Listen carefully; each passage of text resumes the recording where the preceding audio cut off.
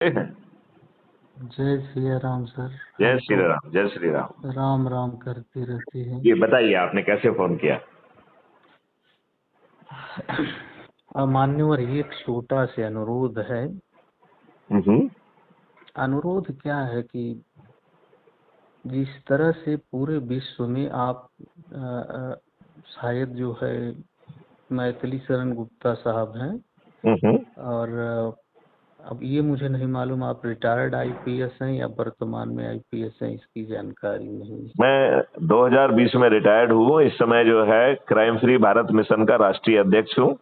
जी, मैंने देखा था आपको, जी। और उधर से ही देख करके ये मैंने इधर किया। मेरा अनुरोध क्या है सर, हम्म। कि जो भारतवर्ष था और जो अभी है, हम्म। वो इस स्थिति में किस वजह से आया है, हमको उस पर काम करना चाहिए। आज हमारे बांग्लादेश के हिंदुओं का क्या अपराध है जो उन्हें मारा जा रहा है, काटा जा रहा है। 135 लाख अभी लोग जो आपको है। मालूम है कि बीबीसी ने, पाकिस्तान की जो बीबीसी है, उसने जो है ना एक वीडियो जारी किया है कि ये सब जो है गलत सलत है, ये कुछ जानबूझ के फैलाया जा रहा है। तो दुष्ट लोग केवल दुष्टता नहीं कर रहे हैं, उस दुष्टता को छिपा रहे हैं और दुस्साहस के साथ आपको गलत भी कह रहे हैं। इतने दुष्ट हैं ये लोग। मैं इसमें आपसे निवेदन करूंगा, इसको और स्पष्ट करें। बांग्लादेश में जो दिखाया जा रहा है हिंदुओं के खिलाफ, वो सही है या गलत? वो बीबीसी की देखो, रिपोर्ट वो क्या कहती 200% सही है और है? जी उसको कोई झुटला नहीं सकता है। जी वो 200% सही है। जी और ये कोई पहली बार नहीं हुआ है जिसमें इतना अविश्वास करने की बात है।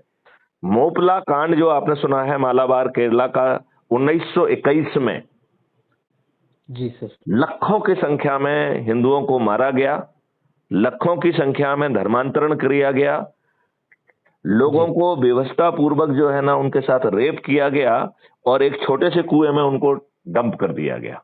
जी और उस समय की जो कांग्रेस है, उन्होंने प्रयास किए, लेकिन उन्होंने उन लोगों के खिलाफ भर्त्सना प्रस्ताव भी पारित नहीं कर पाया।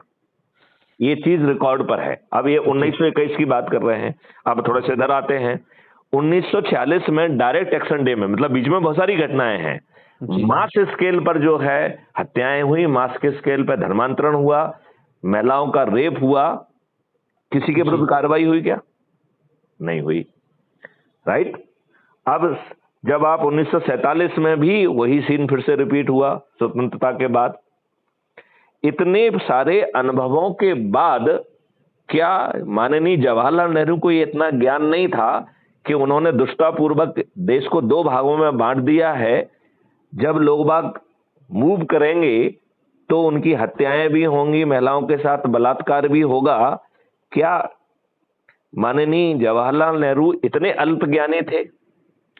और एक मिनट सुन लीजिए मेरी बात पहले। मैं केवल यदि आपकी यदि बात वो, सुनूंगा, जस्ट ए जब मिनट, आप जस्ट ए इजाजत देंगे मिनट, तब मैं बोलूंगा सर। जस्ट मिनट, मैं जी आपसे क्या पूछना चाहता हूं, यदि वो अल्पज्ञानी नहीं थे तो जिसमें इन्होंने भारत के पार्टीशन का वो किया, उसमें उस सिक्योरिटी प्रोटोकॉल की चर्चा क्यों नहीं की कि क्या व्यवस्थाएं होंगी जिसके तहत लोग बाग सुरक्षित पूर्वक जो है ना जहां जाना चाहते हैं, जो हिंदुस्तान से पाकिस्तान जाना चाहता है वहां पहुंच जाए, जो पाकिस्तान से हिंदुस्तान पहुंचना चाहता है वो अपनी संपत्ति में जो ले सकता है उसको साथ में सुरक्षा पूर्वक लेके आ सके, और जो छोड़ रहा है उसे बेच के आ सके। ये हमारे सिक्योरिटी पार्टी का प्रोटोकॉल, पार्टीशन का जो हम जो निर्णय ले रहे थे उसका हिस्सा क्यों नहीं बना? ये इन बातों का हमें जवाब खोजना पड़ेगा और इनका जवाब आपको कोई राजनेता नहीं देना चाहते हैं।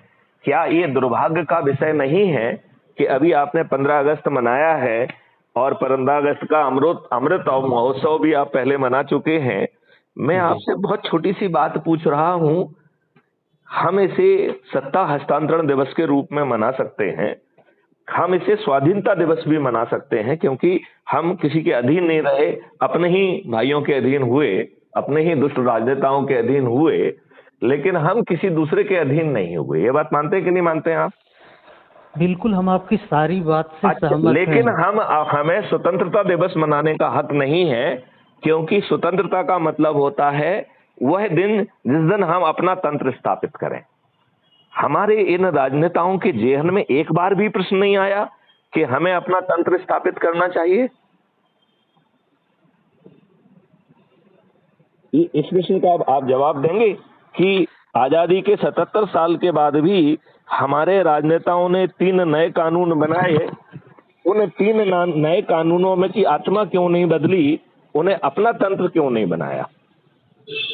आज जी भी वो उसी की it is a old wine in the new bottle, आज भी वो अंग्रेजों का बनाया हुआ तंत्र है। जो थोड़े बहुत परिवर्तन किए गए हैं वो कॉस्मेटिक परिवर्तन किए गए हैं। जो डिजिटल एविडेंस पहले वही नहीं करते थे, उनको एडमिसिबिलिटी जैसे छोटे छोटे कुछ जी प्रावधान कर दिए हैं, लेकिन हमने अपना तंत्र नहीं लाया, हमने अपना जो है आत्मा नहीं लाए, हमने संज्ञेय असंज्ञेय और जो सिविल ऑफेंस का अंतर है इसे खत्म नहीं किया। हम आज भी दुष्टता पूर्वक अपने लोगों का गली गली में अपमान कर रहे हैं। आप बताइए, आप थाने जाते हैं, आपके साथ क्या सलूक होता है? कानून के तहत जो है पुलिस की जिम्मेवारी होने के बावजूद भी वो अपना जो लीगल उसकी जिम्मेवारी है उसके तहत वो ऑफेंस भी रजिस्टर नहीं कर रही है। जी और सर। अंग्रेजों के घटिया कानून के तहत ही 2 सेक्शन है आईपीसी के, सेक्शन 100 और सेक्शन 103, जिसमें आप अपने खुद के बचाव के लिए, दूसरों के बचाव के लिए, अपनी संपत्ति को बचाने के लिए और दूसरों की संपत्ति को बचाने के लिए किसी की मौत कारित कर सकते हैं, वो भी वॉलंटरली। और जी आप जब मौत कारित करेंगे तो आपने कोई हत्या नहीं की है। फिर हमारी पुलिस हमारे खिलाफ हत्या का प्रकरण क्यों कायम करती है और हमको जेल में ठूस देती है, और फिर बरसों बरस जो हम जेल में सड़ते रहते हैं, जबकि हमने कानून सम्मत कार्रवाई करके अपनी खुद की सुरक्षा की है और अपनी संपत्ति की या दूसरों की सुरक्षा की है, उनकी संपत्ति की सुरक्षा की है। और हम कितने घटिया कानून के तहत रह रहे हैं कि जब कोर्ट संज्ञान लेती है, चार्ज फ्रेम करती है, तो सबसे पहले वो ये क्यों डिसाइड नहीं करती है कि कौन इसमें विक्टिम है, कौन ऑफेंडर है, कौन मारने गया। फरियादी जो है वो विक्टिम होना चाहिए। यदि जो विक्टिम है उसने अपने सुरक्षा में दूसरे का मर्डर भी कर दिया तो कानून में तो कोई अपराध हुआ नहीं है, तो उसे आप जेल में क्यों डालेंगे? और मैं ये उस घटिया कानून की बात कर रहा हूं जो अंग्रेजों ने बनाया है, राइट? बिल्कुल। तो हमें अंग्रेजों के द्वारा बनाए हुए घटिया कानून का भी पालन नहीं हो रहा है। आज आप ये बताइए, छोटी छोटी चीज में भी कोलकाता की जो घटना हुई उसमें भी एफआईआर समय पे नहीं हुई। एफआईआर समय पे ना करने के लिए जिम्मेवारी निर्धारित क्यों नहीं होना चाहिए? उसे दंड मिलने के साथ साथ विक्टिम को हर्जाना क्यों नहीं मिलना चाहिए? और हर्जाना भी 2 तरीके का मिलना चाहिए, एक शासन से आना चाहिए और वो एक जिसने गलती की है उसके व्यक्तिगत जेब से आना चाहिए। आना चाहिए कि नहीं आना चाहिए? मैं आपकी सारी बात से सहमत हूँ। आप जो भी बोलेंगे उसमें कोई असहमति नहीं, क्योंकि आप उस क्षेत्र के विद्वान हैं, तो हम्म। उस पर हमारी पूर्ण सहमति है सर। मैं तो कुछ और हमारा विषय है। आपने चलिए जो बात कही, मुझे एक अनुरोध है। जी। भारत की जो रॉ एजेंसी थी, हम्म। जो पाकिस्तान और बाकी जगह जो है, जो हमारी रॉ एजेंसी थी, और पाकिस्तान में जो परमाणु बम का जो कार्यक्रम चल रहा था, उसका जो जासूस था, हम्म। उसका लीक आउट हमारे किस प्रधानमंत्री और किस सरकार ने किया था, आप जानते होंगे। मैं अच्छे तरीके से जानता हूं। मेरा मैं ये केवल मैं ये कह रहा हूं, यह अपराध क्यों नहीं होना चाहिए? मेरा अब केवल नंबर इतना एक मिनट एक मिनट मुझे कह लेने जी दीजिए, क्योंकि जी मैं समस्या की बात नहीं करूंगा, मैं हमेशा समाधान की बात करूंगा। जी ठीक है ना? तो मेरा ये कहना है कि भैया चलो, यदि वो दिवंगत भी हो गया तो हम उसकी भर्त्सना कर लें। कानून में प्रावधान करें कि अगला कोई प्रधानमंत्री ऐसा ना कर पाए। जी। ये कौन सा तरीका हुआ कि आप प्रधानमंत्री भी हैं, मजा भी कर रहे हैं और आप घटिया जो है ना एंटी नेशनल काम कर रहे हैं? ये बताइए, इन जिम्मेवार पदों पे बैठे लोगों की अकाउंटेबिलिटी कौन तय करेगा? आप कहेंगे साहब 5 साल के बाद जो है ना जनता उनको हरा देगी। हरा देने से उन्होंने जो दुष्टता की है, क्या वो अंडू हो गई क्या? कोई दुष्टता ना करे इसकी बात कौन करेगा? मैं वही कहना चाह रहा था सर। ये बताइए, हर कोई कह रहा है कि साहब पुलिस विश्वसनीय नहीं है, पुलिस तो जो है ना नेताओं के दबाव में है। तो 2006 में जो सुप्रीम कोर्ट ने डिसीजन दिया था कि पुलिस को स्वतंत्र बनाने के लिए, और अकेला स्वतंत्र बनाने से काम नहीं चला जाएगा क्योंकि पुलिस सोने की नहीं है, उसे स्वतंत्र बनाकर हम अत्याचार नहीं करना चाहते हैं। तो हम पुलिस को इंडिपेंडेंट बनाएं और अकाउंटेबल बनाएं। यदि वो अपनी लीगल ड्यूटी का निर्वाह नहीं करता है तो उसे सजा भी मिलना चाहिए, जेल भी जाना चाहिए, हर जाना का प्रावधान भी होना चाहिए। और विक्टिम को सिर्फ सामने वाले को सजा मिल गई इससे नहीं, उसे जो है फाइनेंशियल जो है कंपनसेशन मिलना चाहिए। और फाइनेंशियल कंपनसेशन के भी 2 कंपोनेंट होना चाहिए। एक कंपोनेंट होना चाहिए जो भारत सरकार से या सरकार की तरफ से आएगा, और दूसरा कंपोनेंट जिस व्यक्ति ने गलती की है उसके अपनी जेब से आना चाहिए। अब अज्यूम करिए कि मैंने गलती की और सरकार की तरफ से कंपनसेशन भी मिल गया, तो उससे मैथिली शरण गुप्त की सेहत पे क्या फर्क पड़ता है? पड़ेगा क्या? नहीं, कोई फर्क नहीं पड़ेगा। तो फर्क पड़ना चाहिए ना। बिल्कुल। हम ऐसा तंत्र क्यों नहीं बनाना चाहते हैं? और ऐसा तंत्र आज के नेता तो बिल्कुल नहीं बनाएंगे। क्यों? क्योंकि वर्तमान तंत्र को का दोहन करके ही वो सत्ता में स्थापित हैं। जी।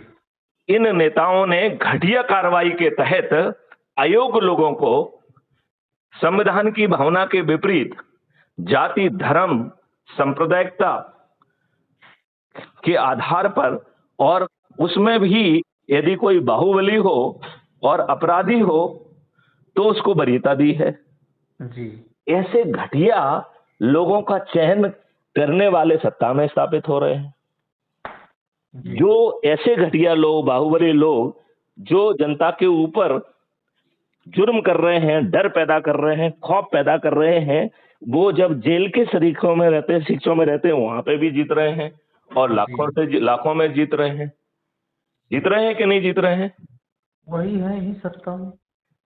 तो हम लोग जो है सिर्फ दर्शक, मूक दर्शक बनेंगे, या मैथिली शरण गुप्त 9 दिन का सरल उपाय दे रहे हैं और कह रहे हैं कि बिना खर्च के हम 21 लक्ष्यों के तहत महापरिवर्तित भारत दे देंगे, 5 फंडामेंटल राइट भी देंगे, रोजगार का मौलिक अधिकार देंगे, स्वास्थ्य का मौलिक अधिकार देंगे, भोजन का मौलिक अधिकार देंगे, और ऐसा मौलिक अधिकार जिसमें केवल अन्न अकेला नहीं होगा, उसमें दूध भी होगा, घी भी होगा, शहद भी होगी, जीवन वर्धक औषधियां भी होंगी। जी। और इस चीज में भारत सरकार का 1 पैसे का खर्च नहीं होगा। हम लोगों को ट्रेंड करके, और एक चीज और बताएं कि हम जो भी कर रहे हैं वो एक भी चीज मुफ्त में नहीं होगी, और उन लोगों के लिए भी होगी जिनके खीसे में 5 पैसे नहीं है, 1 पैसा नहीं है, उनको भी इन मौलिक अधिकारों के तहत वो सब चीजें मिलेंगी, लेकिन वो उनके डेबिट अकाउंट पे माउंट की जाएंगी और उन्हें समर्थ बनाया जाएगा। तो एक ऑटोमेटिकली एक एक्स्ट्रा अधिकार मिल जाएगा, मौलिक अधिकार समृद्धि का, फंडामेंटल राइट टू प्रॉस्पेरिटी। अब सवाल है ये करेगा कौन? तो इसे हमारे वोट से चुने हुए माननीय नरेंद्र मोदी जी को ही करना पड़ेगा, राइट? और माननीय नरेंद्र मोदी जी करने से रहे तो फिर कैसे होगा? हमें उन्हें बेबस करना होगा। तो सवाल उठता है कि उन्हें कौन बेबस करेगा? तो उन्हें हम सामूहिक रूप से 9 दिन के सरल उपाय के तहत उन्हें मजबूत भी कर पाएंगे और उन्हें बेबस भी कर पाएंगे। आज उन्हें चंद्रबाबू नायडू विवश कर रहे हैं, नीतीश कुमार कर रहे हैं, पासवान कर रहे हैं, छोटी छोटी पार्टियों के एक इक्का दुक्का लोगों के जो है ना, वो लोग भी उनको जो है ना ब्लैकमेल कर रहे हैं। हम देश हित में 10-10 लोगों को जोड़कर 9 दिन में 100 करोड़ होकर उनके हाथ भी मजदूर कर देंगे और उन्हें बेबस कर देंगे। और यदि वो बेबस होकर 21 महालक्ष्यों के लिए और 5 फंडामेंटल राइट के लिए 26 टास्क फोर्स गठित कर देंगे, तो ये मैथिली शरण गुप्त की जिम्मेवारी है कि भारत सरकार के ऊपर बिना 1 पैसे का खर्च करके किए ये सब चीजें जमीन पर उतार देंगे। और भारत सरकार के पास उल्टा 20 गुना पैसा संपत्ति आ जाएगी, लिहाजा हम अपने देशवासियों को सभी तरीके के टैक्स से मुक्त कर पाएंगे 5 साल के अंदर। हर भारत देशवासी के 2 अकाउंट होंगे, एक अर्निंग अकाउंट और दूसरा कॉस्ट सेटलिंग डेबिट अकाउंट। तो जब उसके अर्निंग अकाउंट में पैसे नहीं होंगे तो उसे किसी बैंक से, किसी साहूकार से पैसे नहीं मांगना होंगे, उसे अपने अकाउंट से ऑटो स्वैप के जरिए पैसे मिल जाएंगे और जब वो कमाएगा तो अपने आप पड़ जाएंगे। और यदि वो नहीं कमा पा रहा है तो सिस्टम उसके पास जाएगा, उसका हुनर समझेगा, उसका अभिज्ञान क्या है वो समझेगा, उसके सोच और चिंतन के हिसाब से उसे शिक्षा भी देगा, हुनर भी देगा, टूल्स भी देगा, टूल में अभ्यास कराएगा और उन्हें टीम में गठित करके कहीं पे उन्हें रोजगार मांगने नहीं जाना होगा। वह भारतीय संपदा, राष्ट्रीय संपदा निर्माण में लगेंगे और जितनी राष्ट्रीय संपदा का निर्माण होगा उतनी भारत विकास निधि डिजिटली क्रिएट करने के लिए एक आरबीआई जैसा एक संस्था होगी। लिहाजा राष्ट्रीय संपदा के निर्माण के लिए हमें एफडीआई की जरूरत नहीं होगी, बल्कि राष्ट्रीय संपदा के निर्माण के साथ साथ भारत विकास निधि ऑटो जनरेट होगी। भारत की समृद्धि का कोई सीमा नहीं होगी। अब सवाल उठता है कि माननीय नरेंद्र मोदी जी आपकी बात नहीं मानते, तो आपके पास फिर क्या विकल्प है? मनोज मिश्रा जी, इस बात को आप जानना चाहेंगे? मैं आपको ध्यान से सुन रहा हूँ सर, आप अपनी बात कहें। तो मैं आपसे ये कह रहा हूं कि ये मान लें कि विनाश काले विपरीत बुद्धि, यदि वो सही बुद्धि का उपयोग करेंगे तो 240 से बढ़कर वो 543 तक, 500 तक पहुंच जाएंगे। तो उनको तो फायदा ही फायदा है। तो उन्हें बात मानना है, भारत सरकार के पास 20 गुना पैसा आ जाएगा, लोगों को 21 महालक्ष्यों के साथ और 5 फंडामेंटल राइट मिल जाएंगे और भारत सरकार के जेब से, खीसे में से पैसे नहीं निकल रहे हैं और उल्टा उसके पास 20 गुना पैसा आ जा रहा है, जिससे भारतवासियों को टैक्स मुक्ति भी मिल रही है, कर्ज मुक्ति भी मिल रही है और एक अनूठा भारत मिल रहा है। और माननीय नरेंद्र मोदी जी 500 पार कर जाएंगे, राइट? 240 से बढ़ के 500 पे पहुंच जाएंगे। अब मान लेते हैं कि माननीय नरेंद्र मोदी जी ने हमारी बात नहीं मानी, तो भी कोई दिक्कत नहीं है, तब भी ये जमीन पे उतरेगा। यदि अभी वो मान लेंगे तो 2024 से यात्रा प्रारंभ हो जाएगी और यदि वो नहीं मानेंगे तो 2029 से यात्रा प्रारंभ होगी। और जो 100 करोड़ लोगों को जोड़कर 100 करोड़ लोगों को जोड़ा है, ऐसे 543 लोग जिन्होंने सबसे अधिक लोगों को जोड़ा होगा, उन्हें हम चंद्रगुप्त कहेंगे और चंद्रगुप्त के पास जो है ना मेंबर ऑफ पार्लियामेंट का टिकट खुद चल के पहुंच जाएगा। और हम 100 करोड़ लोग अपने आपको और अपने बच्चों को अच्छा भारत देने के लिए रोज जो है संकल्प लेंगे कि जो ये हमारे चंद्रगुप्त हैं इन्हें हम विजयी बनाएंगे। तो हमारे चंद्रगुप्तों को ना तो टिकट के लिए पैसा खर्च करना होगा, ना टिकट के लिए भागना होगा, ना कुछ करना होगा। उन्हें केवल इतना ही ध्यान देना है कि मेरिट लिस्ट में आ जाएं और फिर ना उन्हें किसी के यहाँ वोट मांगने जाना होगा, ना अपना लीफलेट छमाना होगा, ना होर्डिंग करना होगी। उन्हें जीतने के लिए खर्च नहीं करना होगा और वो जो है ऐसे 543 चंद्रगुप्त हमारे जो है ना इन 21 लक्ष्यों को और इनको उतारने के लिए जो ऑलरेडी संकल्पित हैं वो पार्लियामेंट में पहुंच जाएंगे। मैथिली शरणगुप्त ने नियम, कानून, टेक्नोलॉजी की सब चीजें बना के रखी हैं। जो प्रार्थना हम माननीय नरेंद्र मोदी जी से कर रहे हैं उसे हम खुद जमीन पे उतार देंगे। इसमें कोई कष्ट है क्या? सही बात है, इसमें कोई कष्ट नहीं है। तो अब एक छोटा सा काम करना है कि क्राइम फ्री भारत ऐप को डाउनलोड करके अपने लोगों से शेयर करना है। उन्हें चाय पे आमंत्रित कर लीजिए, भोजन पे आमंत्रित कर लीजिए, साथ में बैठकर crime free Bharat YouTube channel के जो चैनल को भी सब्सक्राइब करिए, उसके वीडियो भी देखिए। जो सब लोग सहमत होते जाएं तो यदि उनके परीक्षाएं हैं तो उनका जवाब मैथिली शरणगुप्त देंगे, मनोज मिश्रा जी को नहीं देना है, राइट? अब यदि उनकी परीक्षाओं का जवाब मिल गए, उन्हें अच्छा भारत भी मिल रहा है, उनके खीसे से पैसे भी नहीं जा रहे हैं, उन्हें कोई धरना नहीं देना है, जुलूस नहीं निकालना है, पुतला दहन नहीं करना है, कलेक्टर, एसपी, मंत्री, मुख्यमंत्री, प्रधानमंत्री को ज्ञापन नहीं देना है, किसी कोर्ट कचहरी, हाई कोर्ट, सुप्रीम कोर्ट में पिटीशन नहीं लगाना है, जंतर मंतर पे धरना नहीं देना है। तो इतने सस्ते में क्या हम शपथ लेके अपने ही परिवार के, अपने रिश्तेदार, अपने मित्र, अपने पड़ोसी, जो चाहे वो किसी जाति धर्म के हों और जिन संगठनों से हम जुड़े हैं उनसे जुड़ने के 10-10 लोगों को जोड़ने का क्या 9 दिन का सरल उपाय करके हम 100 करोड़ नहीं हो सकते हैं?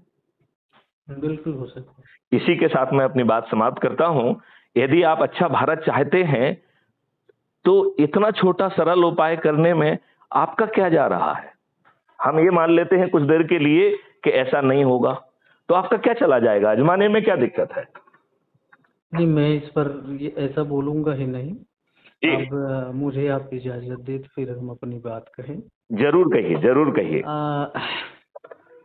एक्चुअली सर कैसा है कि हम लोग जो काम कर रहे हैं वो थोड़ा अलग है। हम्म, और हमारा जो काम है वो ये है कि हम लोगों ने काफी समय से ये देखा हम्म, कि, और पीछे भी हमारे साथ हमारी टीम में कुछ ऐसे लोग हैं जो इतिहासकार भी हैं। हम्म। पीछे का जब इतिहास हमने देखा तो उस समय भी भारत छोटे छोटे राजा महाराजा हिंदुओं को आपस में बंटे हुए थे। ये विधर्मी शक्तियां ये आक्रांता आप अभी बहुत छोटे समय की बात कर रहे हैं, उसके पहले चक्रवर्ती सम्राट भी होते थे, वो क्यों भूल रहे हैं? अब जिनका हम जिनका शासन जो है ना अफगानिस्तान से लेके बर्मा तक होता था। मैं इस वहाँ अखंड भारत से हम यहाँ कैसे आए उसी पर मैं बोल रहा था सर।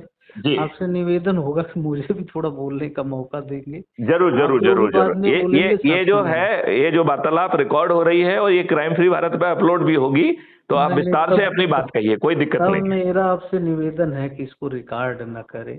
उसका देखिए, रीजन क्या है, कुछ बिना तथ्य, रिकॉर्ड के मैं कोई बात नहीं करता हूं। कुछ तथ्य। और एक मिनट, एक मिनट, बिना रिकॉर्ड के बात करके मैं अपनी और खुद अपना सामने वाले का समय जो है ना खर्च नहीं करना चाहता हूं। मैं चाहता हूं कि ये विचार अपने आप में ऊर्जा है और ये भारत की शक्ति बने। तो मैंने एक बड़ा कॉन्शियस डिसीजन लिया है कि मैं अनरिकॉर्डेड बात नहीं करूंगा। तो मनोज मिश्रा जी, यदि आप अपनी बात रिकॉर्ड पर नहीं कहना चाहते हैं तो मैं आपसे प्रार्थना करना चाहूंगा कि आप अपनी बात मेरे से ना कहें। ठीक है साहब, मैं जैसा आपका नहीं इजाजत नहीं, होगा मेरा वैसा ये कहना करेंगे। है कि आप बात कहिए एक ना। लाइन, आप एक अपनी बात लाइन हम रिकॉर्ड बोल लेंगे। रिकॉर्ड पे कहिए ना, क्या दिक्कत है? आप हाँ, कोई गलत उसके बात कर रहे हैं क्या? उसके पीछे हाँ कुछ ऐसी बात है, हम्म। लेकिन फिर भी मैं आपसे ये आप जितनी अनुरोध बात रिकॉर्ड करूंगा। पे कह सकते हैं वो कहिए। हाँ, ये अनुरोध आप जो करूंगा। है उसको एडिट कर दीजिए। जो बात आप रिकॉर्ड पे नहीं कह सकते हैं उसके बारे में हम पृथक से चर्चा करेंगे। अच्छा ठीक है। ओके। देखिए, आपने जो विषय कहा उस पर हम 100% सहमत हैं, उसमें कोई असहमति की बात ही नहीं है। लेकिन यहाँ पर जो चुनौती है, आपने फार्मूला बनाया, हम लोगों का भी यही फार्मूला है। हमने तो जो ये सनातन संगठन है इसमें ये फार्मूला है सर कि 5 लोगों को प्रतिदिन सबको बताने से हम्म, लगभग 12 दिन में 120 करोड़ के आसपास लोग जो है या 15 दिन में जुड़ जाते हैं। हम्म। और ये फार्मूले पर हम लोग काम कर रहे हैं सनातन सशक्तिकरण के लिए। ओके। इसके पीछे लॉजिक केवल ये है कि आज के ये जो हमने पीछे की बात कही सर कि हम लोगों ने हम्म, वसुधैव कुटुंबकम और जो हमारे शास्त्र थे, जो एक मानवीय गुण थे, जो हमारे धर्म थे, जो हमारे संस्कार थे, हम्म, उस चीज को हमने उस संस्कार के आधार पर हमने उस सारी चीजों को अपना बनाने की कोशिश किया, अपने जैसा प्यार दिया, हम्म, जो कि जिन्होंने कभी हमें अपना माना ही नहीं। आज हम्म, जो हमें भारतवर्ष मिला है, हम्म, उस भारतवर्ष में ऐसी स्थिति हो गई है कि हमारे लोगों की बेटियों का बलात्कार हो रहा है, हम्म, हमारे लोगों की बेटियों का गैंग रेप हो रहा है, हमारे लोगों के भाई बंधु जो है मारे काटे जा रहे हैं। हम्म, हम लोग मंदिर में पूजा करें या कोई वो कर दे तो वहां पर रहना मुश्किल है। हम्म, यानी और दुर्भाग्य की स्थिति क्या है कि हम 120 करोड़ हैं और ये करने वाले जो है वो 25 से 30 करोड़ है जो हमारे साथ ये कर रहे हैं। हम्म, हमारे यहाँ अगर कोई बोल दे कि भाई इनसे हमको ऐसे करना है तो उसको सरकार रासुका में लगा देगी, अंदर भेज देगी। और कोई जो है वो अपने मजहब के अड्डे से हिंदुओं के खिलाफ कुछ भी बोले, कुछ भी नहीं होता है। तो अब हम आप ये लोगों देखिए की ना, जिम्मेदारी, कश्मीर में तो खुल्लम खुल्ला क्या नहीं कहा गया। अभी भी हो रहा है सर, अभी भी हो रहा है। अभी आप मध्य मैं आईजी प्रदेश में हैं। ऑपरेशंस कश्मीर रहा हूं। जी, आप मध्य प्रदेश में हैं। कल एसपी साहब को जो है ये जिहादियों की भीड़ जो है वो वहां पर मार के आई थी। अब हम्म, हमारे हमारे जब एसपी ही नहीं सुरक्षित है, जिनको सुरक्षा देने का काम है, तो हम कैसे सुरक्षित होंगे? तो हम लोग सर जो है एसपी को सनातन, जिस तंत्र ने स्थापित किया है वो आपका तंत्र है या अंग्रेजों का तंत्र है? हमने हमने आपसे अपने पहले ही तंत्र कहा वाले था। एसपी को क्यों स्थापित नहीं किया? हमने हमने अपने तंत्र वाले एसपी को स्वतंत्र क्यों नहीं किया, जिससे जब जो है ना ये लोग अपनी शक्ति हासिल कर रहे हैं उस समय ही उनका जो है सर्व का सर्व वही उसी समय कुचल दिया जाए। जब वो जो है शक्ति अर्जित कर रहा है तो वो जो है आपको हानि पहुंचाने की स्थिति में नहीं रहेगा। उस समय तो जो है हम शांति समिति, ये समिति, वो समिति, डिप्लोमेटिक बन रहे हैं, अपना समय काट रहे हैं और आने वाले अधिकारियों के लिए जो है बुरे समय का जो है ना निर्माण कर रहे हैं। हमको तो लज्जा ही नहीं आती है, सर तो वही लज्जा विहीन प्राणी है। एक्चुअली क्या है सर कि आप उस सिस्टम में रहे हैं, आपको उसके मेरिट और डीमेरिट्स मालूम है। आपकी बात से हम बिल्कुल 1% भी असहमत नहीं हैं। जी, हम तो वर्तमान समय में जो घटित हो रहा है उसकी बात कर रहे हैं सर। मैं आपकी बात से 200% सहमत हैं और इसलिए बहुत बुरी बुरी चीजें हो रही हैं। वर्दियों में उनका अपमान हो रहा है। हमारे ही अधिकारी निर्लज्जता से छोटे लाभ, छोटी पोस्टिंग के लिए वर्दी में उनके चरण छू रहे हैं। जी ये दुर्भाग्य का विषय है कि दिल्ली जिन में व्यक्तियों के खिलाफ अपराध हैं वो मंच पर बैठे हैं और जिन अधिकारियों को उन्हें गिरफ्तार करना चाहिए वो उन्हें सलूट करने के लिए बेबस हो रहे हैं। जी ये कितनी दुखप्रद स्थिति है।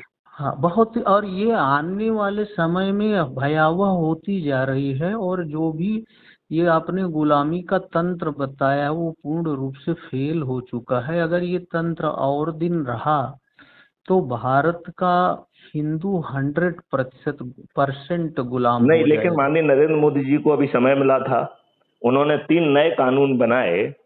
उन तीनों नियम कानूनों को उन्होंने वही आत्मा वही सब क्यों रखा? उन्होंने सर जो है नए जो विधान हम कह रहे हैं कि बिना थाने जाए जो है एफआईआर दर्ज हो जाएगी, संज्ञेय असंज्ञेय और सिविल ऑफेंसेस में अंतर नहीं रहेगा, सभी लोगों को धन बांटा जाएगा, धन का जो है जितना बांटेंगे उसका दुगना जो है अपराधी से वसूल होगा, 30 दिन में अधिकतम जो है सर न्याय मिल जाएगा और आप जज भी आपके साथ अन्याय नहीं कर पाएगा क्योंकि उसमें अपील अगेंस्ट द जज का प्रावधान भी रखा गया है। जी सर आज आप आज हमारा जज जो है वो भ्रष्टाचार करके दुष्टता से गलत निर्णय दे रहा है। पॉलिटिकल लाइन पे उसका चयन हुआ है और वो पॉलिटिकल उसके साथ उसको निभाते हुए वो आपके साथ अन्याय कर रहा है। मान्यवर आपने हमको समय दिया है बोलने का। जी जी, मैं उसी को आपकी ही चीज नहीं को मैं आपकी ही नहीं चीज को नहीं, मैं आपकी चीज को ही सपोर्ट कर रहा हूँ। मैं आपसे पुनः प्रार्थना करूंगा कि आप भी हमें बोलने दीजिए। जरूर मेरी बोलेंगे। बात जब पूरी हो जाएगी तो आप जो बात कर रहे हैं सर, मैं ये नहीं कह सकता बिल्कुल वैसा ही, लेकिन कुछ ऐसा ही सिमिलर बात भाजपा के एक पदाधिकारी हैं अश्विनी उपाध्याय जी, रोज कहते, बहुत सारे वीडियो बनाए हैं, लेकिन मैं उनको अश्विनी मोदी जी उपाध्याय जी नहीं से सुन सहमत हूँ कि मोदी ये जी काम जो उनको है वो नहीं रोज सुनते हैं। एक मिनट मुझे कह लेने दीजिए इस बात को। मैं ये कह रहा हूँ, मैं अश्विनी उपाध्याय जी से असहमत हूँ कि वो रोज जो है पीआईएल लगा रहे हैं। जब वो भाजपा में हैं तो वो अपने नेतृत्व को कन्विंस करके उसे नियम कानून के रूप में क्यों नहीं ला रहे हैं?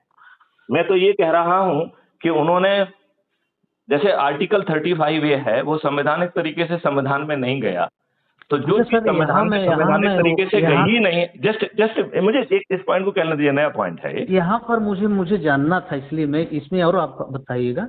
हाँ, सर ऐसा एक दिन इस विषय पर इसको हमने पुष्पेंद्र जी से बहुत बार सुना है 35 पुष्पेंद्र जी की तो इतनी हिम्मत नहीं है कि मैथिली शरण गुप्त का फोन उठा ले। जी एक डीजी का फोन नहीं उठाते हैं वो जो है भाजपा के प्यादा हैं और भाजपा के उद्देश्य से जो है ना जो चीज उनको कहना चाहिए वो कह रहे हैं और उसके लिए उन्हें लाभ मिल रहा है, उन्हें सिक्योरिटी मिल रही है, जी। उन्हें भाजपा के संस्थानों में अब इनवाइट किया जा रहा है और मैं यही कसमोकस जो है ना कुछ कुछ अश्विनी उपाध्याय को भी वही लाभ मिल रहा है। मैं अगली बात कर रहा हूँ सर। मैं दूसरी बात, मैंने रेफरेंस जो कि उनके मुंह से सुना था इसलिए लिया। हाँ, मैं ये कह रहा था सर कि एक्चुअली इस पर एक दिन हमारी, पहले हम लोग एक एकम सनातन भारत दल पार्टी अंकुर गुप्ता की रही है, नई पार्टी आई, शायद आप जानते होंगे, उसमें हम लोग जुड़े हुए थे। तो उसमें एक संविधान के अच्छे जानकार व्यक्ति है, तो ये 35A की बात हमने उनके सामने कह दिया। ओके। उन्होंने मेरे को बोला कि मनोज जी आप इसको संविधान में पढ़िए, 35A नाम की आर्टिकल है ही नहीं संविधान में, बहुत कोई सही भी कहा उन्होंने, 35A क्योंकि वो है ही नहीं। संवैधानिक तरीके से की नहीं गई है, असाधारण तरीके से जो ना उसमें घुसेड़ दी गई है, और यही कारण है कि संविधान की किसी कॉपी में उसे छापा नहीं गया। हाँ 35A। अब फिर उसके बाद सर मैंने भी गूगल किया, ये 35A तो वही पुष्पेंद्र कुलश्रेष्ठ का ही स्पीच आता है या उनका ही स्टेटमेंट आता है, लेकिन 35A करके चीज नहीं आई। तो इस पर आप इसलिए मैंने ये प्रश्न किया कि मुझे थोड़ा और जानकारी चाहिए था, मैं आप आपको ये कृपया जानकारी बताएं। देना चाहता हूं हम्म, कि आर्टिकल 35A जो है, ये माननीय तत्कालीन प्रधानमंत्री जवाहरलाल नेहरू की खोटी सोच का हिस्सा था। जी वो जो है इस देश में दो विधान दो प्रधान पैदा करना चाहते थे। ये दो विधान दो प्रधान आर्टिकल 35A से ही निकले हैं, राइट। जी जी और यही जो है कश्मीर के दलितों पर अत्याचार करने का मुख्य आधार बना।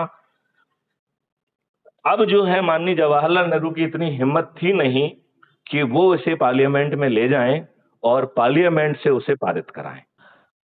तो जी उन्होंने जो है राष्ट्रपति से इसकी उद्घोषणा करके कर दी है।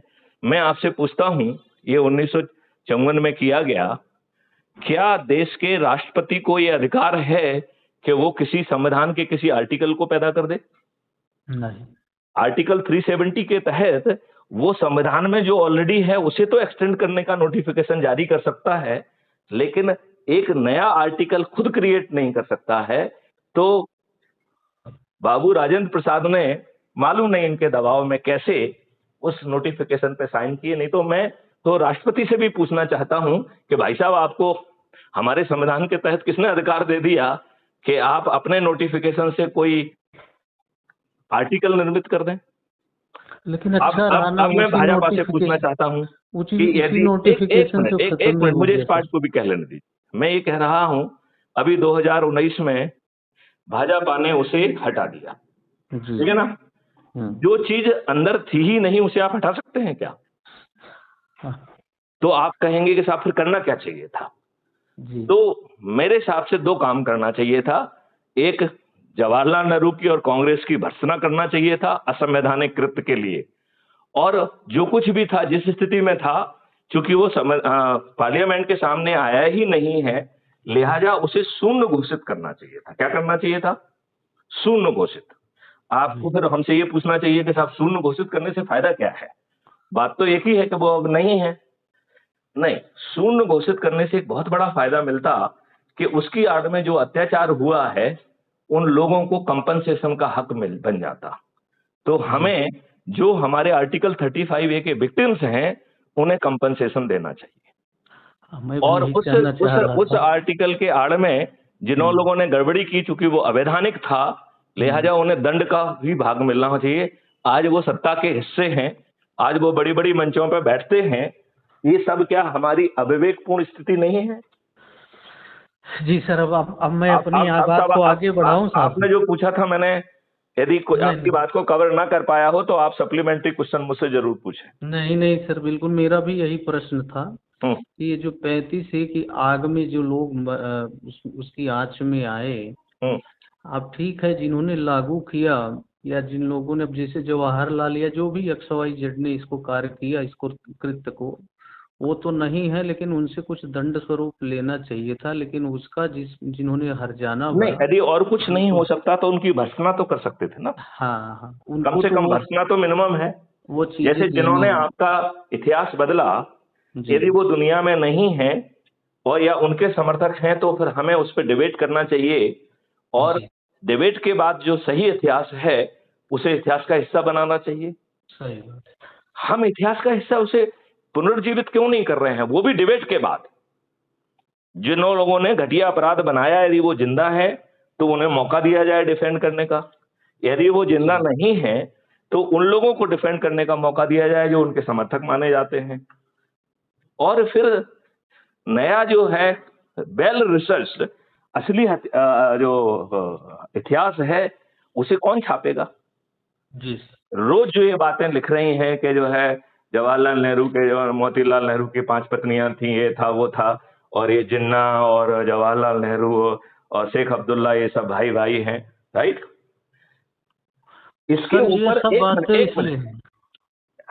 एक व्यक्ति जो इस देश का 17 साल प्रधानमंत्री हुआ है, क्या शासन का ये फर्ज नहीं बनता है कि इसके ऊपर रिसर्च करके एक ऑथेंटिक किताब छापे, ये एक व्हाइट पेपर छापे, या केवल र्यूमर क्रिएट करके राजनीतिक लाभ लें? यही जो है ना भाजपा का काम है। जी नहीं नहीं, क्या देश के लोगों को सही तथ्य जानने का अधिकार है कि नहीं है?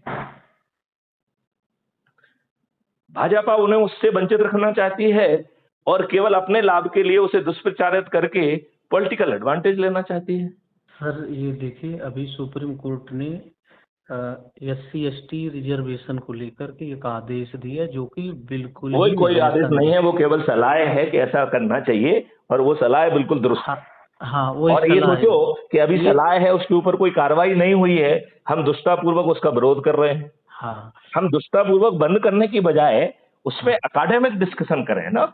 जी जी ये जी, मैं बंद वही करने का कह रहा कौन सा हूँ, तरीका है? वही वही कह रहा हूँ सर।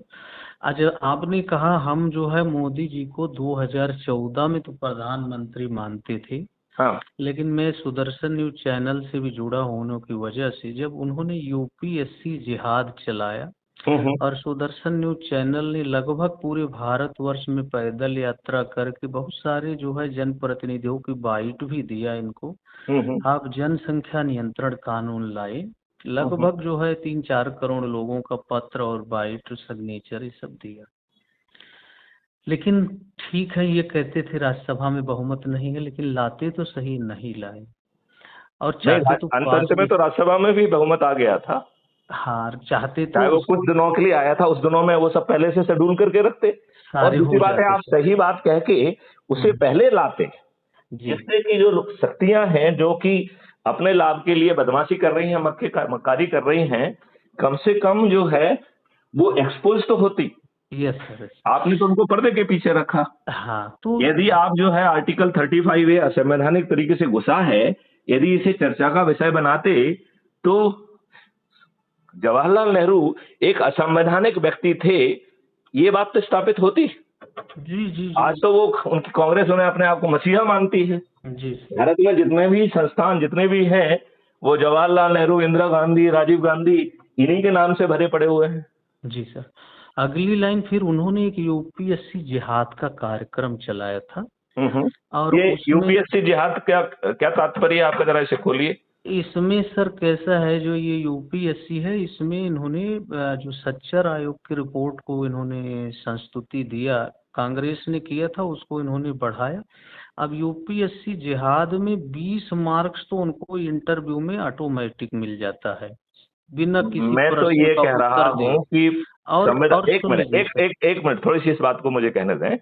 देखिए, संविधान ने 10 साल के लिए रिजर्वेशन की पात्रता की थी, और 10 साल के लिए इसलिए की थी कि 10 साल में जो लोग हैं इनको समर्थ बनाया जाए।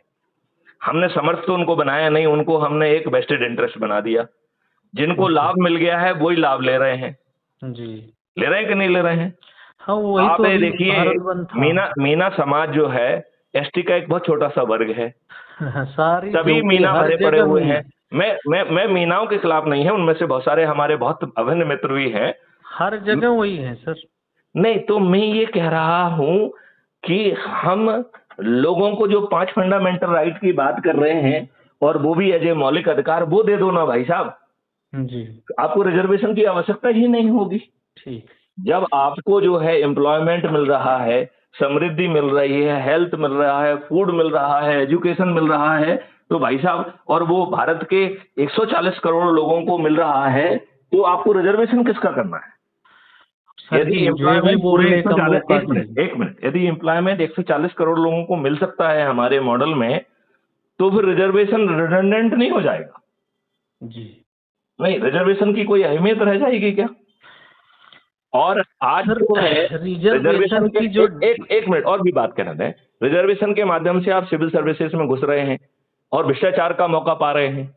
आगे चल के तो सिविल सर्विसेज में अकाउंटेबिलिटी रहेगी, आप एक पैसे का भी भ्रष्टाचार नहीं कर पाएंगे, जी राइट? तो हमने शासकीय हम सेवाओं का जो चार्म है वो तो खत्म हो जाएगा। अभी आपकी तो बात चार्म है पर कि आप लाट साहब हैं। सहमति आपकी बात पर सहमति दिया सर, उस पर हम सहमत है और जी, उसके लिए हम कोशिश भी करेंगे कि 10 लोग जुड़े। 10 मैं लोग नहीं, लेकिन 10 लोगों को जोड़ना है 9 दिन तक।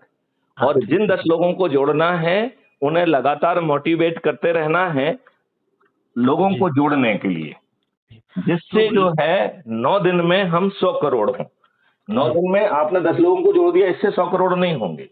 जी जिन मैं 10 समझ रहा लोगों को, हूँ, हर 10 जोड़ते जाएंगे वो हम समझ हाँ, गए तो सर ये कार्रवाई आपको किसी लक्ष्य के लिए करना है। जी लक्ष्य क्या है? 21 लक्ष्यों के तहत महापरिवर्तित भारत और 5 फंडामेंटल राइट के लिए आप जो है अपने स्वार्थ के लिए लोगों को, अपने से जुड़े लोगों को जोड़िए, उनको संकल्पित करिए, उनको शपथकृत करिए। यदि आपके जुड़े लोग आगे को नहीं जोड़ पा रहे हैं तो कोई बात नहीं, नए लोगों को जोड़ने की प्रक्रिया में लग जाइए।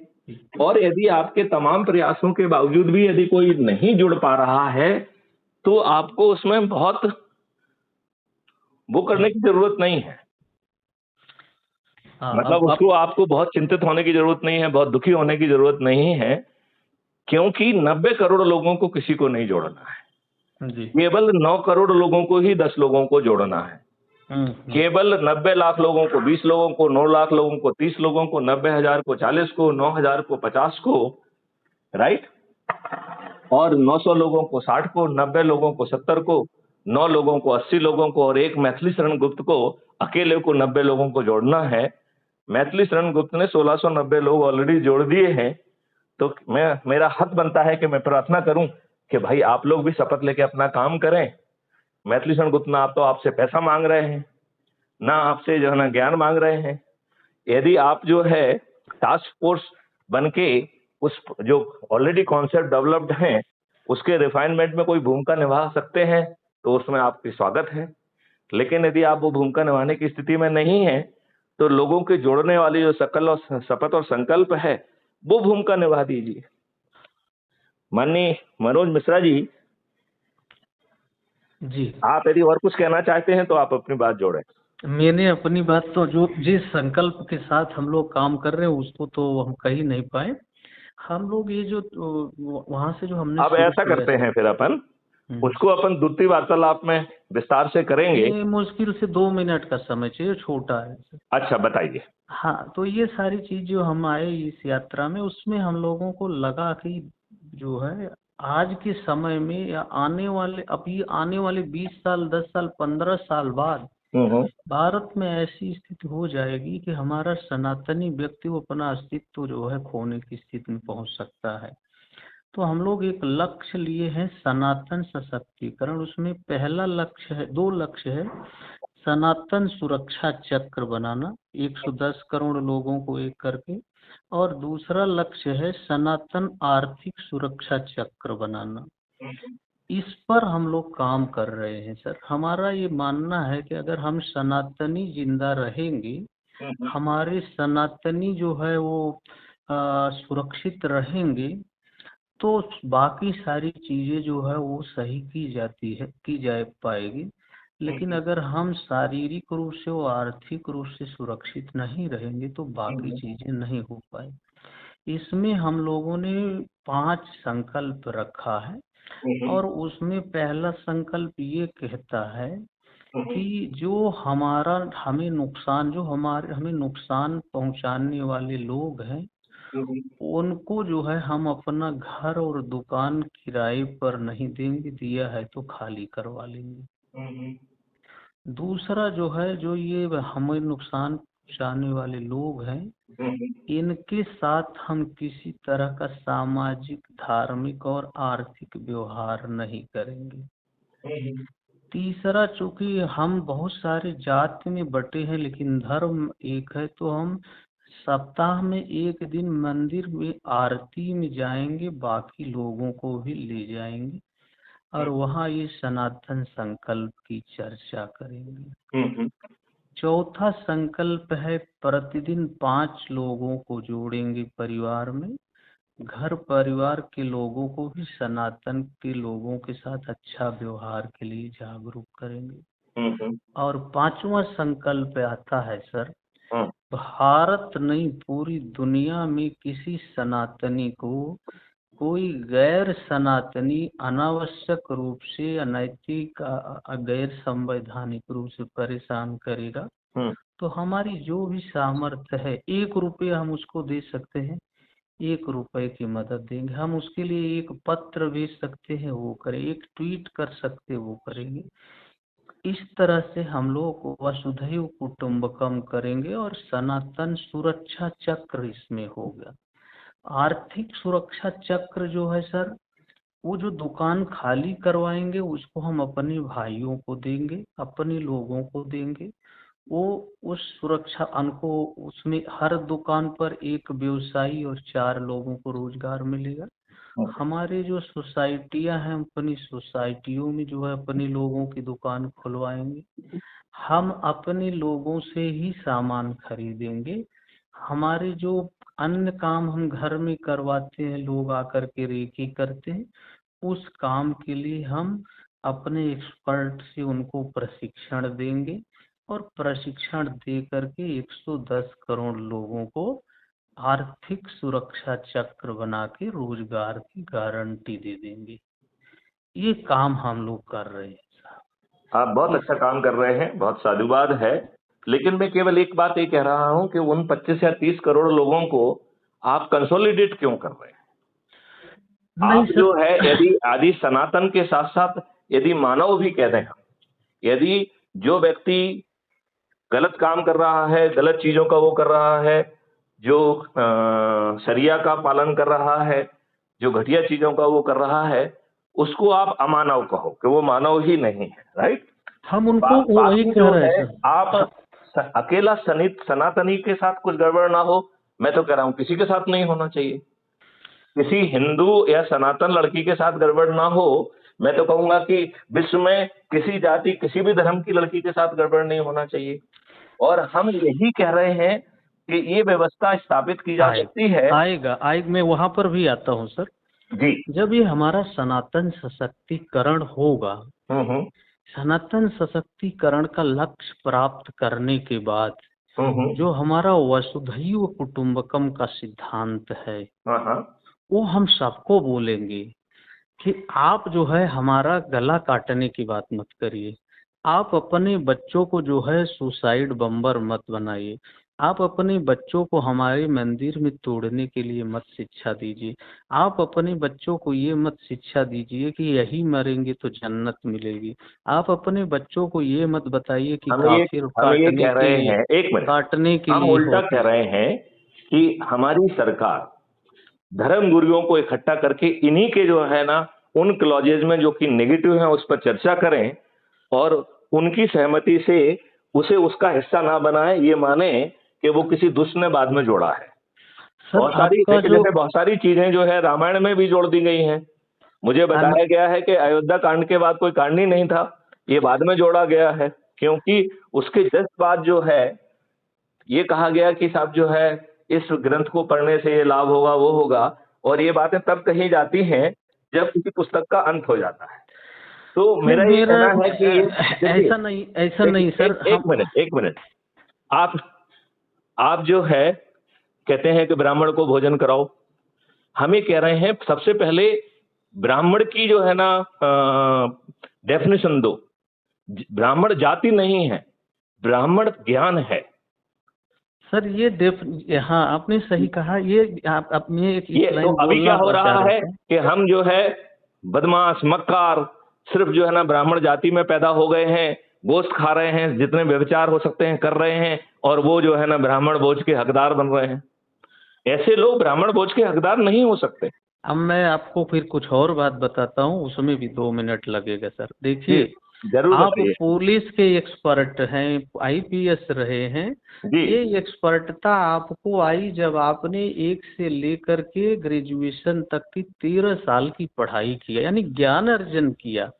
और जब ज्ञान पढ़ाई नहीं की है, 13 डिग्रियां भी हासिल की। हमने मैं आपके व्यक्तित्व के बारे में नहीं जानता, ये जो साधारण तरीका है सर, ग्रेजुएशन करना है 13, 5, 18 साल, उसके बाद यूपीएससी का एग्जाम देना है, उसमें अगर आप क्वालिफाई कर गए तब आप जो है आईपीएस बन सकते हैं। ठीक है। तो ये आप जो है कम से कम 18 साल और 2 साल 3 साल 4 साल आपने मेहनत करके आईपीएस अर्जित किया। हाँ हाँ। ये अर्जित करने के बाद आप आज इन सारी चीजों को बोल पा रहे हैं कि ऐसा होना चाहिए, और आप एक नया भारत राष्ट्र के लिए जो बहुत ही सुंदर सिद्धांत है उस सिद्धांत को ले आ पाए हैं। हम भी वही बोल रहे हैं सर। हाँ हाँ। पहले हमारे जितने सनातनी भाई हैं हाँ हाँ। इनको हम ये जो समय है दे करके जब एक कर लेंगे हाँ हाँ। तो हम इनको जब भी कुछ बोलेंगे हाँ हाँ। या वो कुछ भी बोलेंगे तो हमारी आपस में सहमति होगी। बहुत सुंदर, बहुत सुंदर। रही बात धर्म की सर, तो अगर हम धर्म के विशेषज्ञ ही नहीं हैं हाँ हाँ। तो हम धर्म पर चर्चा नहीं कर सकते। जिसके हम विशेषज्ञ नहीं सर उस पर कोई टिप्पणी नहीं करना नहीं, चाहिए। लेकिन हम ये कह रहे हैं कि जहां पर अपने लाभ के लिए बहुत सारी चीजें लिख दी गई हैं, हमें ताकत होना चाहिए कि वो हम कहें कि उसका तथ्य क्या है। हम ये नहीं कह रहे हैं कि मैथिली शरण गुप्त कहें। मैं ये कह रहा हूं कि जिनको आप योग्य मान रहे हैं वो चर्चा कहें, नहीं सर, ये वो इन चीजों को हटा भी दें। सर देखिए, मैं दूसरी बात कह रहा हूँ। हाँ। धर्म जो है उसको उसका एक सिद्धांत है और उसके जो मूल में है वो वेद है। मैं ये कह रहा हूँ कि उस वेद में यदि कहीं ब्राह्मण लिखा गया है तो फिर उस ब्राह्मण को जाति से ना बांटा जाए, कर्म से बांटा जाए। सर, और ये बात हमें कहना पड़ेगी। देखो, यदि हम अपनी सिलेक्टिव बातें करेंगे, अपने लाभ की बातें कहेंगे तो हमारी बातों को कोई ग्रहण नहीं करेगा। मेरी बात नहीं पूरी होने दी सर। चारों जो वेद हैं, हाँ, उस वेद के रचयिता महर्षि वेद व्यास जी, हाँ, आप बुरा मत मानिएगा, ऐसा कुछ भाव नहीं है। वो ये एक मल्लाह जात की लड़की के दुराचार का परिणाम थी। हाँ हाँ। ये सही बात है ना सर? नहीं, मुझे जानकारी नहीं। अच्छा, वो एक्चुअली जो है वेद व्यास जी, वो जो शांतनु महाराज ने बाद में जिस कन्या के साथ शादी किया था, उस कन्या के गैर विवाहित जीवन में उसके गर्भ से पैदा हुए थे। ऋषि पराशर के साथ यौन संबंध बना करके, और वो बिना शादी के वो पैदा हुए थे। तो वो जो है मल्लाह जाति से थे। उन्होंने वेद की रचना की। उस वेद को लेकर के या उनके रचयिता को लेकर के कभी इस भारत राष्ट्र में, भारतवर्ष में कोई प्रश्न उठाया कि ये तो मल्लाह का लिखा हुआ है, इसको हम कैसे पढ़ें? मैं तो उल्टा कह रहा हूँ, लिखने वाला कोई भी हो, यदि अच्छी बात लिख रही है तो उस पर अध्ययन भी होना चाहिए, चर्चा भी होना चाहिए। उसकी जाति उसमें बाधा क्यों बनना चाहिए? मैं ये कह रहा हूँ सर, उसमें एक मिनट, यदि उसने जो है शादी, प्रेम हो गया, इश्क हो गया, शादी कर लिया, पैदा हो गया, ये जो है उस व्यक्तिगत, उसके व्यक्तित्व और उसके कंट्रीब्यूशन को हम इस बात को लेके नहीं, वो प्रेम और उसका बात नहीं रहा है सर। वो केवल जो है प्रेम भी नहीं था, बस नाव में टहलते ही वो उनके अंदर भाव आ गया और दोनों लोग मिल लिए। मैं उसकी बात नहीं कर रहा हूँ। मैं ये कह रहा हूँ हमारा सनातन जिस सिद्धांत पर चलता है उस सिद्धांत के वेदों के रचयिता महर्षि वेद व्यास हैं। और वेद व्यास महाराज की कभी जात की कोई चर्चा ही नहीं हुई। उनके सिद्धांत की स्वीकृति सर्वोच्च और हर जगह है। तो हमारे यहाँ जाति था ही नहीं। ये जाति को कह करके अब ये अगर अभी जो हमारी सरकार की योजनाएं जाति आधारित हैं, इसको खत्म करके उस योजनाओं का सही रूप दे दिया जाए तो ये जाति का कहीं कोई महत्व ही नहीं। तो भारतवर्ष के लोगों को विधर्मी शक्तियों ने, अंग्रेजी शक्तियों ने तोड़ करके टुकड़े टुकड़े में बांट करके जाति और ये सारी चीजें, हम लोगों के यहाँ तो वर्ण व्यवस्था थी। आज भी गवर्नमेंट भी कहती है ना सर, जनरल, ओबीसी, एससी। अब ये जाति है या वर्ण है, आप अपने आप में विद्वान है, खुद ही समझते हैं। तो भारत में कभी जाति नहीं। मिश्रा जी, बहुत अच्छी चर्चा हुई। अपन अगले चरण में भी इसे जारी रखेंगे। हम प्रयास करेंगे। एक मिनट, मैं आपसे ये प्रार्थना करना चाहता हूँ, जब सनातन के धर्म के संबंध में आप वो करें तो उसके साथ साथ 21 लक्ष्यों के साथ महापरिवर्तित भारत, जिसमें हर किसी को 5 फंडामेंटल राइट मिल जाएंगे और माननीय नरेंद्र मोदी जी के माध्यम से ही मिल जाएंगे और उनको विवश करके लेना होंगे। राइट? मेरा एक अनुरोध है सर। हाँ, अनुरोध क्या है, एक तो मुझे वो अपने 21 लक्ष्य को जो है मुझको भेज दीजिए, व्हाट्सएप आप कर मुझे दीजिए। व्हाट्सएप पे हेलो भेज दीजिए, मैं अभी आपको अभी 1 सेकंड के अंदर भेज दूंगा, हाँ, मैं भेज देता हूँ क्योंकि सर। वो नए नंबर को हमारा सिस्टम सर्च नहीं कर पाता है। नहीं, ठीक बात है सर। ठीक है ना? दूसरा जो है, हाँ, आ, आप जो है इस कार्य के साथ साथ सनातन की जीवन के लिए भी जीवन जरूर जरूर दान जरूर, मेरा पूरा वाले योगदान काम रहेगा, में मेरा पूरा करेंगे। समर्थन रहेगा। और दोनों लोगों का दोनों लोगों के लक्ष्य की प्राप्ति में साधन एक ही है। वो साधन को हम दोनों लोग 120 करोड़ या 145 करोड़ भारतीयों के हित में इस्तेमाल करेंगे।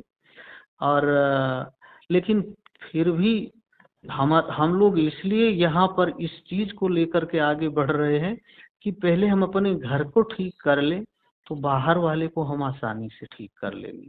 बहुत सही, बहुत सही। हाँ, वसुधैव कुटुम्बकम, आपने जो बोला ब्राह्मण नहीं, मानव की परिभाषा है। ये शाम न विद्या न तपो न दानम, ज्ञानम न शीलम न गुणो न धर्म, ते मर्त्यलोके भूविभार भूता मनुष्य रूपेण मृगाश्चरन्ति।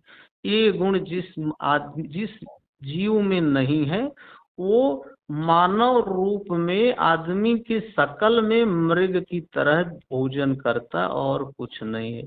सनातन कहता है कि हम ईश्वर से प्राप्त या जो भी प्रकृति हमें मिली है, उस प्रकृति में अगर ईश्वर की सत्ता का हम बोध रखते हैं, विश्वास रखते हैं, तो हम सनातनी हैं, मानव हैं। जैसे साहब, हम अपने स्वच्छ जल को घर के नाले का पानी मिला करके गंदा करते हैं, इतने निर्मल जल को गंदा करते हैं, उस जल में से, उसी गंदे नाले के पानी से बनिया या व्यापारी वर्ग जो है उसको साफ करता है, उसमें की गंदगी निकालता है, मिनरल खत्म करता है, और हम ही मूर्ख लोग उसको 20 रुपया लीटर का पीते हैं। अगर हम सनातन का पहला सिद्धांत मान ले कि जल सनातन है, वो ईश्वर की दी गई शक्ति, उसकी हमें पूजा करना, गंदा नहीं करना, तो हर व्यक्ति 20 रुपए लीटर के पानी से बच सकता है और भरपूर स्वच्छ जल पी सकता है। बहुत ऐसे ये अच्छी बात हुई है। पांचों तत्व हैं सर। आप वायु को देखिए दूषित कर रहे हैं, आप क्षिति जल पावक गगन समीरा, ये जो 5 तत्व इस ब्रह्मांड की उत्पत्ति में आए थे, ये सनातन के मूल तत्व हैं। जो व्यक्ति इन तत्वों की सुरक्षा का दायित्व निर्वहन करे, इन तत्वों में ईश्वर की शक्ति का बोध करे, वही सनातनी है। मानव और ब्राह्मण ये सब बहुत सुंदर, चीजें बहुत तो सुंदर, बहुत फालतू सुंदर, हैं बहुत। सर। मैं आपकी परिभाषा से बहुत प्रभावित हुआ हूँ, ये और सब ये परिभाषा मुझे पहली बार सुनने को मिली है। और सुनिए साहब, हाँ, संगच्छध्वम संबद्धध्वम सवो मनांसि जानताम देवा भागे यथा पूर्वे, ऐसा करके श्लोक है जो ये कहता है, साथ साथ रहिए, साथ साथ खाना खाइए, साथ साथ जीवन निर्वहन करिए। इस सिद्धांत के अनुसार साथ साथ सुख भोगिए, साथ साथ दुख भोगिए। इस सिद्धांत के अनुसार अगर हम जीवन जीते हैं, तो देवताओं ने बोला है कभी हमारे ऊपर संकट नहीं आए। ये देवताओं के जीवन से जीने की शैली है। आप अपने माता पिता का देखिए, कभी आपके यहाँ अगर कद्दू ज्यादा हो गया होगा, कभी भैंस ने जो है बच्चा दिया, तो शुरू का 10 दिन वो आपके माता पिता उसका जो दूध था वो खुजरी के रूप में बांटते थे। उसके बाद जब खुजरी बंद हो जाती थी, तो 15-20 दिन आसपास के लोगों में, उस सोसाइटी में उनको मुफ्त में दूध देते। उसके बाद जब दही होने लगता था, दही और मट्ठा बेचते देते थे, उनको मुफ्त में देते थे सर। हाँ, हाँ, हाँ, हाँ। यही सारे सनातन थे साहब। इनको जब हम खत्म करके अपने व्यक्तिगत स्वार्थ की पराकाष्ठा में नरेंद्र मोदी हो जाते हैं, तो सनातन खत्म हो जाता है। इस आदमी को 303 मिला, सनातन के लिए कुछ नहीं किया, राष्ट्र के लिए कुछ नहीं किया। 282 या 85 मिले, राष्ट्र के लिए कुछ नहीं किया।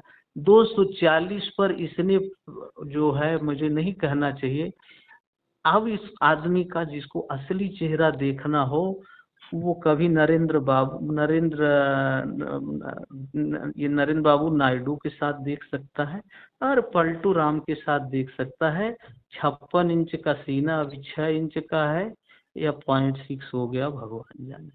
हाँ, लेकिन ये जरूर है कि इसी काल में लोगों का गला भी काटा गया, इसी काल में लोगों के ऊपर जो है मॉब लिंचिंग भी हो रही, इसी काल में बर्बर बलात्कार भी हो रहा है, इसी काल में सबसे ज्यादा त्राहिमाम भी हो रहा है।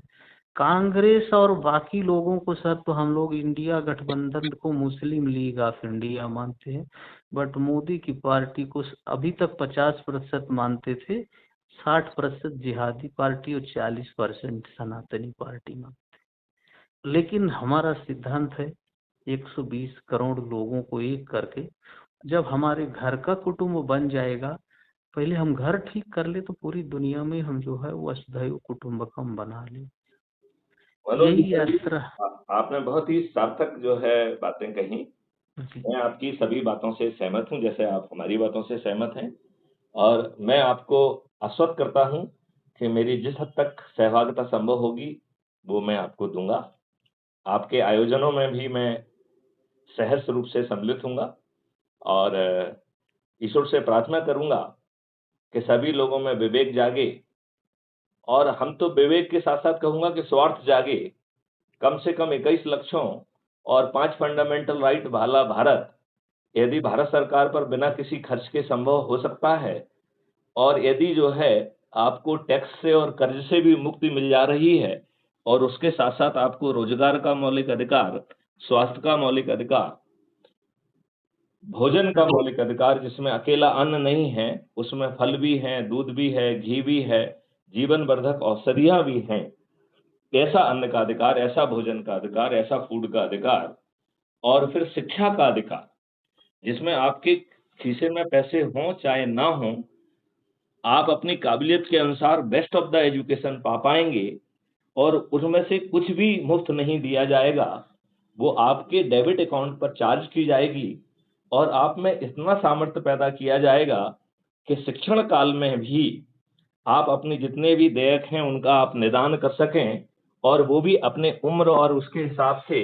आपको अनुरूप जो है ना ट्रेनिंग देकर आपसे कार्य भी लिया जाएगा। इतना बड़ा जो है महापरिवर्तन संभव है।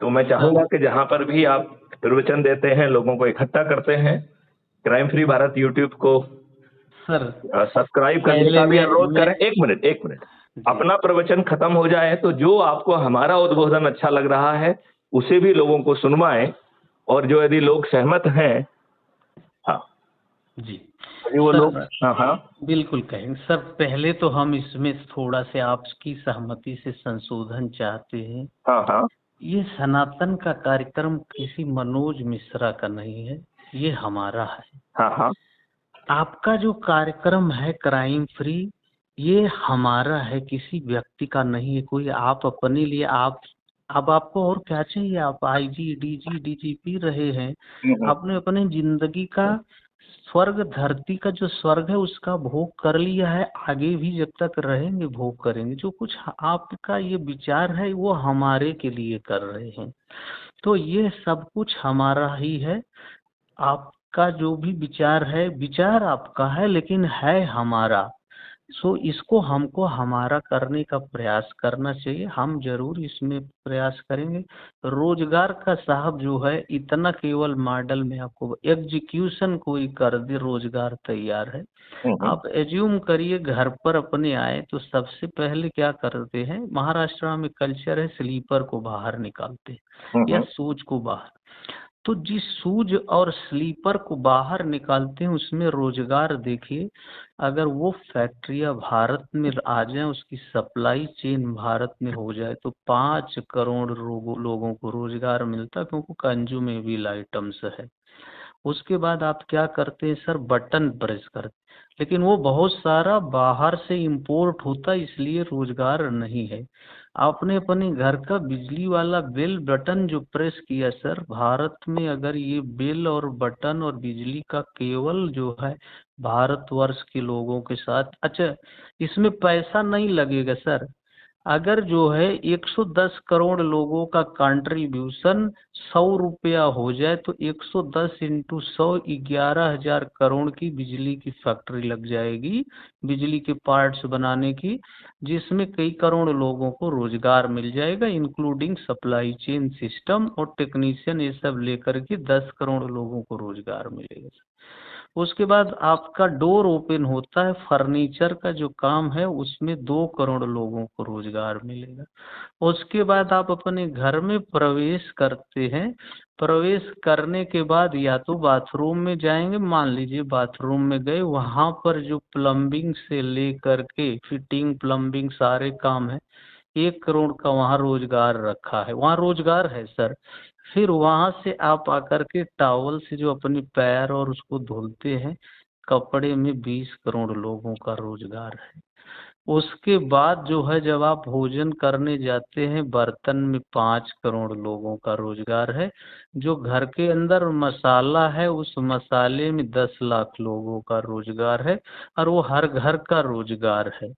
उसके बाद जब आप बिस्तर पर अपने और वो फैन और ये घर, अब घर का पेंटिंग वॉल पेपर, ये सारी चीज जो है, ये सब मिला करके 140 करोड़ भारतवासियों के पास 180 करोड़ लोगों का रोजगार है साहब। कुछ करने की जरूरत नहीं, आप घर से बाहर निकलते हैं, 2 व्हीलर 4 व्हीलर 3 व्हीलर जो भी साधन से जाते हैं, उसमें केवल और केवल रोजगार है साहब, कई करोड़ लोगों का रोजगार है। उसका सही ढंग से पीपीसी अगर कर दिया जाए तो रोजगार की कमी नहीं है साहब, पैसे की कमी नहीं, रोजगार की कमी नहीं। केवल ऊपर जो हमारे मोदी जी बैठे हैं, उनके अंदर जो आपने 21 सूत्री 21 संकल्प बताया, ये भाव डाल दिया जाए तो एक दिन में सब ठीक हो सकता है। ये भाव नहीं डालना होगा, उन्हें इसके लिए विवश करना होगा, और यदि वो विवश हो जाएंगे तो 240 से बढ़ के 500 को क्रॉस कर जाएंगे। तो वो विवश हों अपने लाभ के लिए, क्योंकि आज तक कोई भी किसी दूसरे के लाभ के लिए तो कुछ करता नहीं है। चंद्रबाबू नायडू विवश कर रहे हैं, नीतीश कुमार जी विवश कर रहे हैं, और जो वोट नहीं दिए हैं हमारे मुस्लिम भाई, उनको रोज विवश कर रहे हैं।